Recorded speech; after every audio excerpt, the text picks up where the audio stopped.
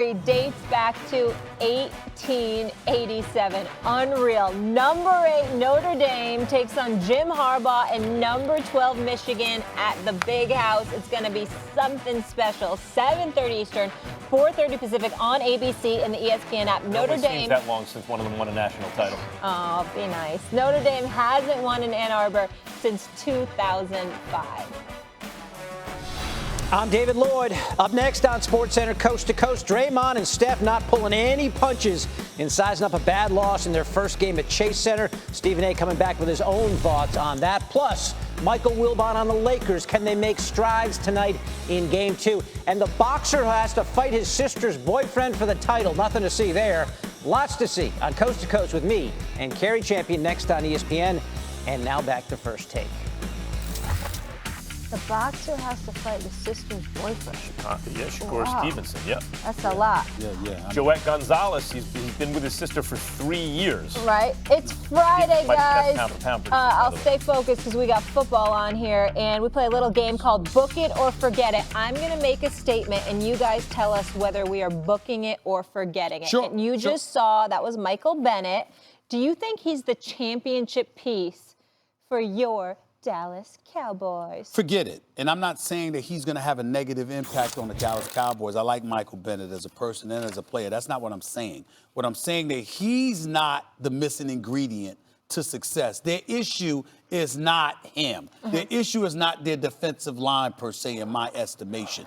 When you think about the Dallas Cowboys, you got to pay attention to that secondary, and offensively, you got to pay attention to their, their quarterback and their receivers. Forget it. He's not going to win the Super Bowl. But to me, it's not even about the Cowboys. This is about the Eagles. If you're a Philadelphia Eagles fan right now, Chris Long retires, so you trade Bennett. You do a deal with Bill Belichick. Usually, if Bill Belichick comes knocking, hey, I'll give you a 5th-round pick for this guy. I'll see you. I'll talk to someone else. And now Belichick's turning around and trading him to the Cowboys. Somehow you need a pass rush. Your guy retired, and the other guy you traded is going to play for your divisional rival. I would be hot if I was an Eagles fan right now. Yeah. Patriots host the Cowboys November 24th.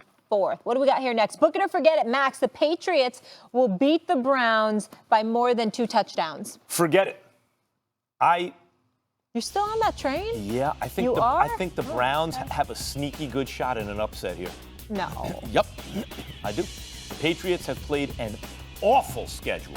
The only good team they played are the Bills. They probably should have lost that game.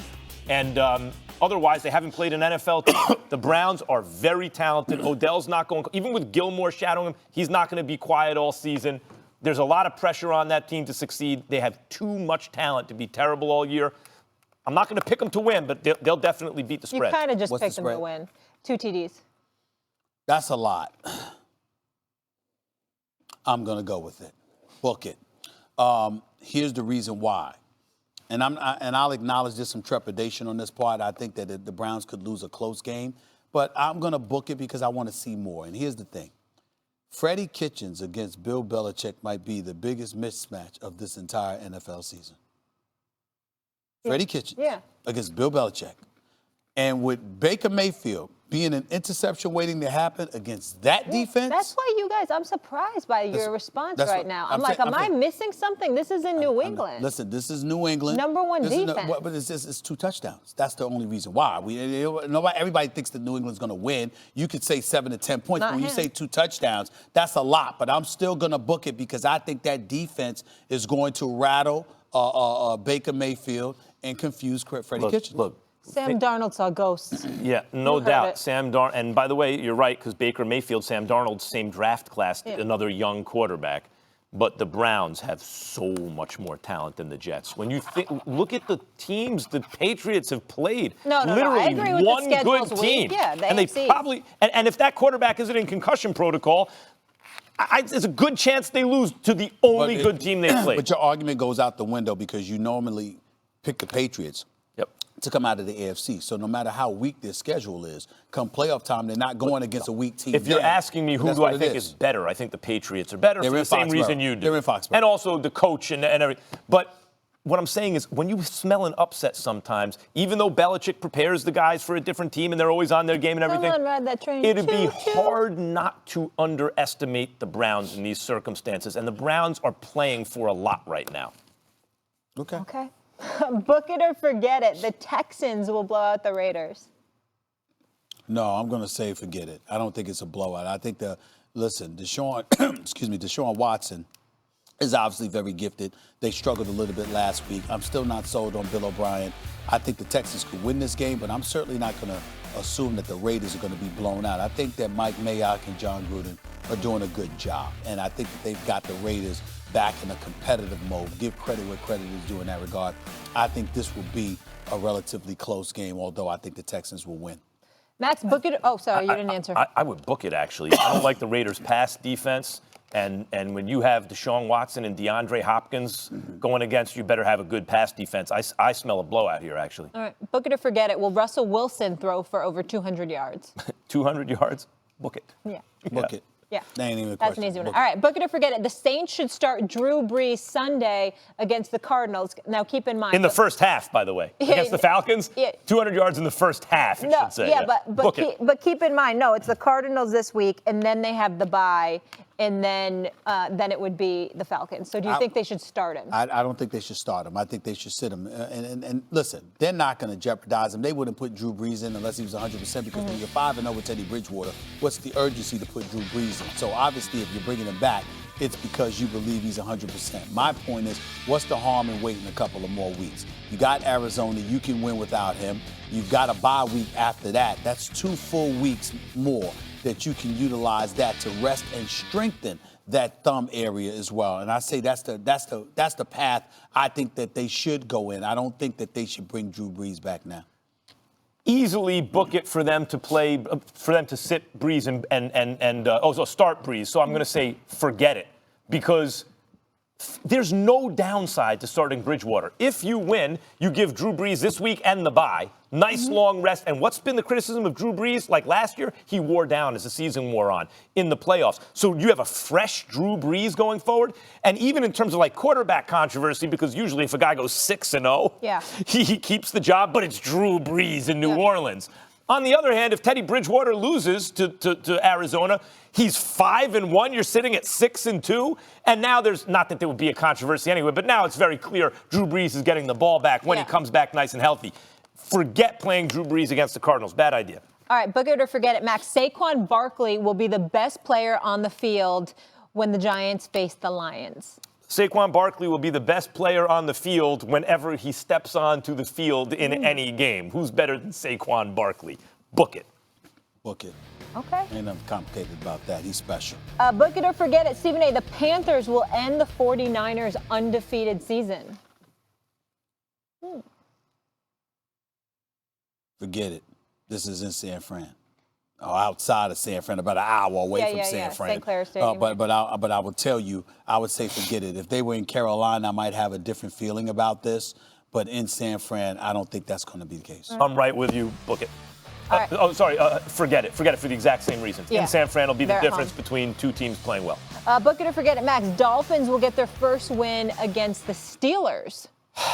I'm so tempted to say book it. So book it. Go with your heart. No, because it's going to be too much fun to watch a winless team this year. The Dolphins at times have looked like the worst team ever. I'm going to say they're going winless this year. Forget it.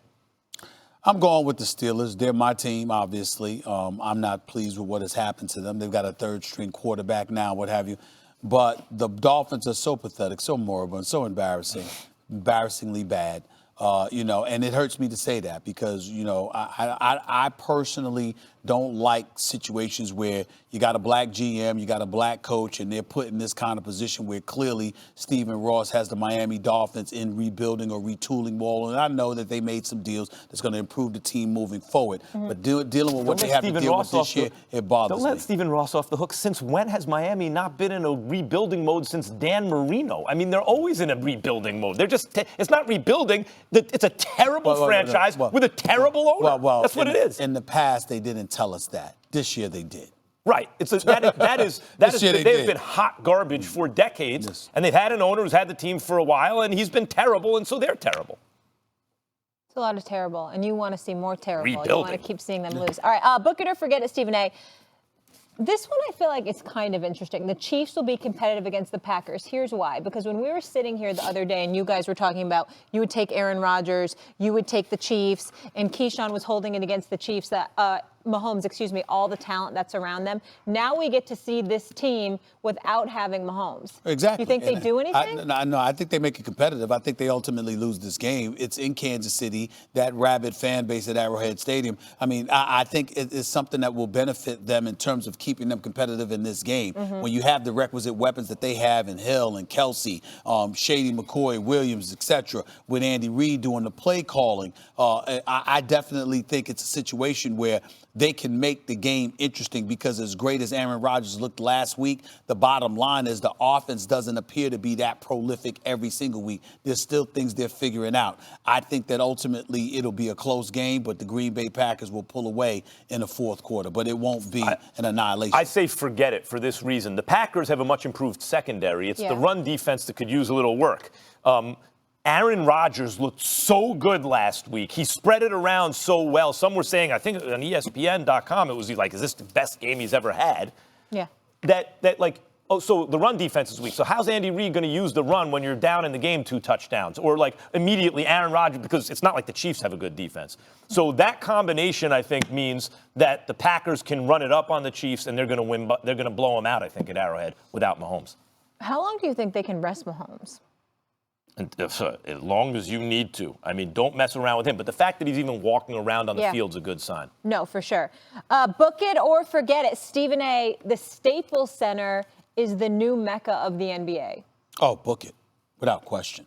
With the Lakers and the Clippers being title contenders, I've said this on several occasions over the last several months. It's the first time in NBA history that all 82 games, all 82 nights of an NBA season, an arena will host a championship contender. Because if it's just one team, you got 41 road games, 41 home games. Yeah, of course. But now you have 2 teams playing in the same arena. So all 82 games will host a championship contender. That has never happened in NBA history as far as I can tell. And that's why that's what I think makes LA, the Staples Center, the hub of the basketball world. Book it, and not only book it for this year, this Staples Center is now more a mecca of basketball than any place has ever been.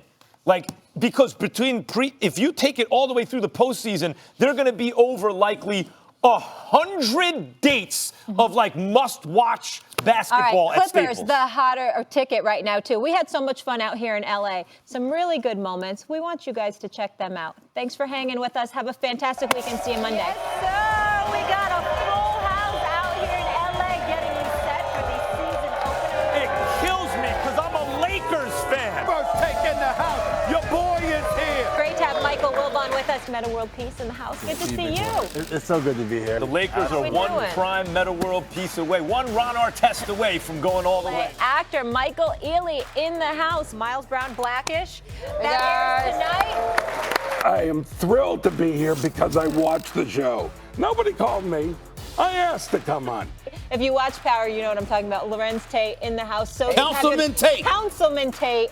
I'm really not interested in the Chicago Bears right now. I'm interested in power. I can't deny it. I just can't deny it. Oh, okay. If that's how I felt, that's exactly what the hell I would say. But I don't think LeBron is scared. It sounds like I'm in the barbershop right now because neither one of you are right. As you've often made the case to me on this show, a lot of times it's about the way you feel. So I'd like to have a heart-to-heart with you about LeBron James, and thank you very much. Stephen A., there's a time in everyone's career where they're on the downside. It's happened to LeBron. He's still great. He's no longer what he was. What he thought was that he'll get me on the show right after Philly put a nail in my boys. But the thing didn't work out that way. No. Because a champion has this one thing that is engrafted in them, and that is called a resolve. And yesterday, what you saw was the Dallas Cowboys say, All right. You done crossed the line right now.